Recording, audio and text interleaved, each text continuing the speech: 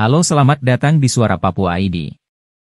Kali ini kita akan membahas kembali terkait politik di tanah Papua, atas perubahan sikap politik dan dukungan pemerintah Belanda yang menjadi patokan dukungan internasional di akhir-akhir ini. Untuk tanah yang penuh dengan susu dan madu bagaikan surga yang jatuh ke bumi. Namun, jatuhnya surga ke bumi di tengah-tengah serigala yang berbulu domba yang menyamar menjadi domba. Padahal sesungguhnya serigala liar yang hanya mencari mangsa dengan cara yang brutal dan egois, yaitu adalah Amerika dan Indonesia di tanah Papua demi kepentingan politik dan sumber daya alam semenjak tahun 1961 hingga saat ini. Perubahan sikap politik dan dukungan pemerintah Belanda di akhir-akhir ini menjadi patokan dukungan internasional dan bangsa-bangsa lain. Selama ini pemerintah Indonesia selalu bersandar kepada pemerintah Belanda, menyatakan bahwa Belanda mendukung Indonesia atas kedaulatan West Papua. Indonesia juga klaim bahwa satu-satunya hukum internasional yang dukung Indonesia atas Papua adalah hukum jurisprudensi yang mengatakan bahwa daerah bekas koloni Belanda otomatis telah menjadi bagian dari Indonesia. Belanda menjadi tempat sandaran Indonesia itu kini telah berubah. Parlemen dan pemerintah Belanda secara resmi dukung pemerintah sementara United Liberation Movement for West Papua dan para pejuang di dalam negeri maupun di luar negeri untuk perjuangan bangsa Papua Barat. Bila kita ikuti dengar pendapat kemarin di Parlemen Belanda baru-baru ini, dan presentasi Presiden Wenda, Ketua IPWP Alex Sobe dan Ketua YLWP, Tim Hansen tentang bergerakan di seluruh dunia, maka Papua telah mencapai pada tahap apa yang disebut konsolidasi dan mobilisasi dukungan internasional oleh berbagai negara dan pemerintah resmi.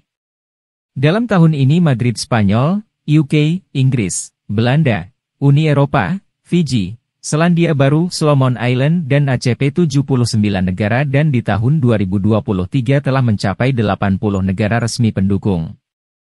Ini adalah suatu konsolidasi dan mobilisasi dukungan atas Papua Barat yang sudah tingkat tinggi. Sebagai contoh dalam beberapa bulan terakhir pada tahun ini, dukungan dan mobilisasi masif dan meningkat.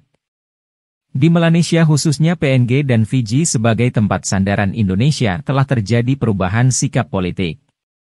Perdana Menteri PNG resmi pidato di Sidang Umum PBB tahun 2021 lalu, dan awal bulan ini sebelum ke Jakarta bertemu Presiden Jokowi. Perdana Menteri Marape bertemu dengan Sekjen MSG yang juga dari PNG. Salah satu pembicaraan mereka adalah dialog konstruktif dengan Indonesia soal West Papua. Kunjungan Marape ke Jakarta tidak lepas dari konsolidasi dan mobilisasi internasional tersebut. Sekaligus dia secara simbolik PNG mau mendidik Indonesia tentang cara-cara negara demokrasi, dalam teori dan praktek sebagai negara demokrasi karena PNG telah selesai melaksanakan referendum di Bougainville secara demokrasi, damai, adil dan bermartabat. Orang Bougainville telah tentukan pilihan hak politik mereka sendiri dan memenangkan referendum untuk kemerdekaan. Pemerintah PNG tidak teror, bunuh dan langgar hak dasar mereka, karena mereka tahu persis dan memahami sistem demokrasi dan hak asasi manusia. Tidak seperti referendum di Timor Leste yang penuh kekerasan, lumuran darah dan kriminalitas. Kunjungan Marape ke Jakarta dalam rangka memenuhi janjinya pada tahun 2020, bahwa setelah fasilitasi referendum di Bougainville, ia akan ke Jakarta bicara dengan Presiden Jokowi, dan kunjungan ini dapat memenuhi janji tersebut. Bulan lalu Perdana Menteri Fiji bicara di Parlemen Fiji bahwa pemerintah Fiji dan pemerintah negara-negara lain dorong masalah Papua ke tingkat internasional dan Papua harus diselesaikan melalui mekanisme internasional. Pada 26 Februari 2022 Menteri Luar Negeri Selandia Baru mengumumkan bahwa dengan ditampilkan beberapa foto dalam Twitternya tentang pertemuan dengan Michelle Bachelet, Ketua Komisi Tinggi HAM PBB untuk kunjungan ke West Papua. Pada 4 April 2022 Menlu Selandia Baru menanggapi dan bicara dalam Zoom meeting dengan media Fiji, bahwa pemerintah Selandia Baru mendesak Indonesia segera umumkan jadwal untuk kunjungan Ketua Komisi Tinggi HAM PBB, Michelle Bachelet ke West Papua. Bulan lalu, Presiden Benny Wenda dan Ambasador bertemu Senat dan Parlemen secara kolektif dan resmi. Bergerakan-bergerakan ini menunjukkan konsolidasi dan mobilisasi internasional atas Papua sudah mencapai tingkat tinggi. Sekalipun di Indonesia tidak mengakui, tetapi kebenaran itu terus berbicara di tingkatan internasional yang berbeda demi menentukan hak dan nasib orang Papua sendiri. Karena perubahan sikap politik pemerintah Belanda terjadi beberapa tahun terakhir ini setelah terbentuknya United Liberation Movement for West Papua. Forum dengar pendapat pertama oleh Komisi Luar Negeri Parlemen Belanda dilakukan tahun 2017, yang dihadiri oleh Presiden Benny Wenda, Ambasador Uni Eropa Tuan Oridek AP, dan Alex Sobe, Ketua IPWP, anggota Parlemen Inggris. Pasca dengar pendapat itu, tahun 2021 Menteri Luar Negeri Belanda, Stef Blok resmi menyatakan dukung resolusi PIF dan dorong Komisi HAM PBB ke Papua. Pada Selasa 1 Februari 2022, Parlemen Belanda secara resmi keluarkan resolusi mendesak kunjungan PBB ke West Papua. Resolusi Parlemen Belanda itu adalah sikap politik untuk jaga integritas Belanda sebagai mantan kolonial Papua, karena PIF, ACP dan Senat Spanyol keluarkan resolusi resmi bahwa Belanda sebagai negara bekas koloni secara moral harus bertanggung jawab atas situasi West Papua, karena itu resolusi dibuat dan dengar pendapat hari ini adalah agenda lanjutannya.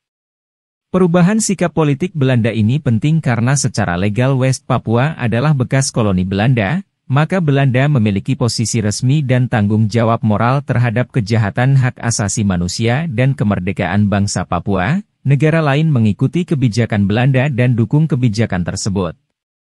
Prinsip dasar negara-negara mantan kolonial adalah saling hargai kebijakan atas bekas wilayah koloni mereka masing-masing, dan tanggung jawab moral terhadap wilayah bekas koloni tersebut. Mereka masih hargai batas kolonial dibuat dulu. Prinsip dasar inilah, maka perubahan sikap politik Belanda ini sangat penting karena itu akan menjadi ukuran dukungan negara-negara lain.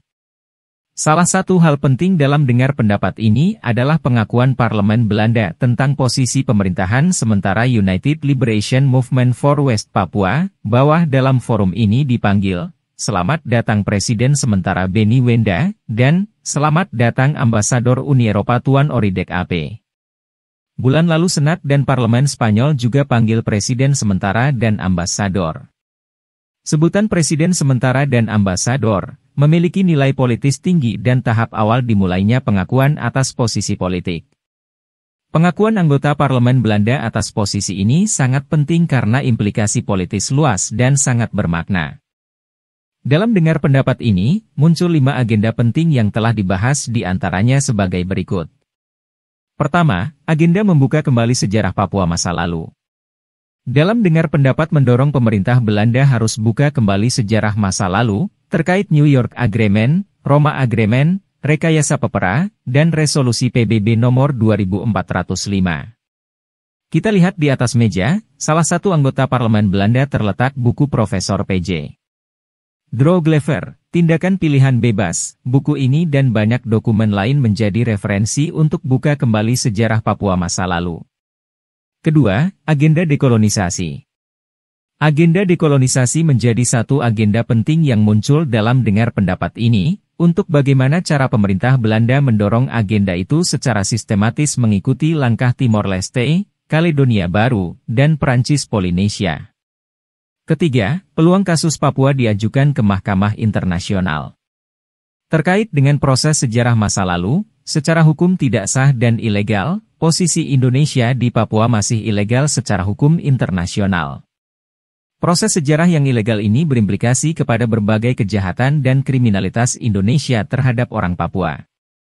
Pelanggar HAM di West Papua, genosida, ekosida, kejahatan perang, pembersihan etnis, dan pengungsian, dan lain-lain. Atas dasar itu, pelanggaran hukum internasional atas West Papua ini telah diajukan ke Mahkamah Internasional untuk memperoleh opini hukum legal untuk West Papua. Keempat, tinjau kembali investasi di Papua. Dalam dengar pendapat juga mendorong negara-negara anggota Uni Eropa ditinjau kembali perjanjian dengan Indonesia tentang investasi ekonomi di West Papua.